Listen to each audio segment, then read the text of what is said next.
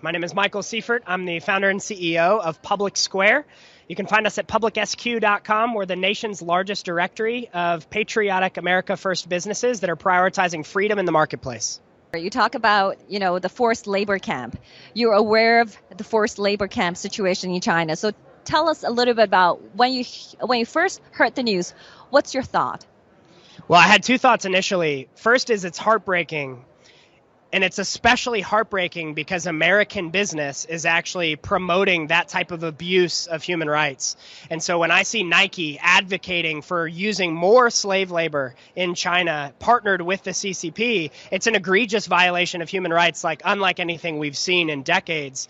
And for us, that's again, it's heartbreaking because that's a business that should be promoting freedom. The United States is supposed to be a beacon of freedom. How come we're allowing our businesses to actually abuse human rights of brothers and sisters around the world? That's not fair. And so it rose a great sense of injustice within me and a desire to see that change, which is why our platform exists.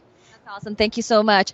So we know that CCP has done a lot more evil things to Chinese people, not just a forced labor camp. There's a lot more, forced abortion, like genocide in Uyghur. So and recently the COVID lockdown. And do you know a little bit more? Tell us a little bit more. What do you think? Why the victims? Why the Chinese people are the biggest victim of this totalitarian regime? Tell a little bit about your thoughts on that. Well, I think the challenge with the CCP is that it's largely subject to one man, and there's no separation of powers. And so when you have Xi Jinping allowing for basically a uniparty to take over the country, there's no checks and balances, there's no accountability. And so what makes it especially dangerous is you have the largest country in the world with the largest population by far dictated completely by one man.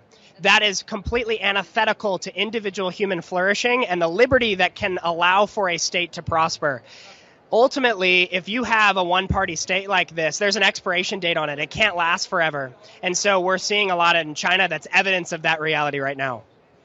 Brilliant. So that's great. So when you talk about the totalitarian regime, about subject to one person, one man, and above everybody, literally the emperor. So that's why we see the extremely draconian lockdown measures put on by him. And have you heard about the recent protests back in China? The Chinese people are fed up with that. Have you heard about that? I absolutely have. What do you think of them, uprising against the Chinese Communist Party? Well, we certainly support the protesters. We support the uprising of people saying enough is enough. The zero COVID policy, it's not working. People deserve the rights to operate freely. And so when you have people getting fined $600 for simply having a mask below their nose, that's not conducive to human freedom or liberty. And eventually, the people are going to rise up. So we support the people rising up. Not only that, we make a direct call to the companies like Apple who are turning off AirDrop for the protesters in China. That's an egregious violation of Apple's standing as a company. It's a horrible thing for a company that large to be partnered with the CCP to infringe the rights of the people.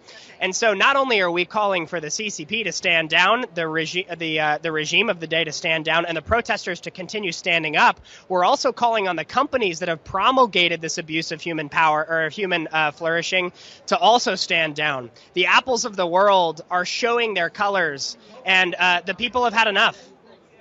Actually, this recent incident you mentioned about Apple is not a standalone incident. Actually, Apple did the same egregious things in Hong Kong protests back in 2019.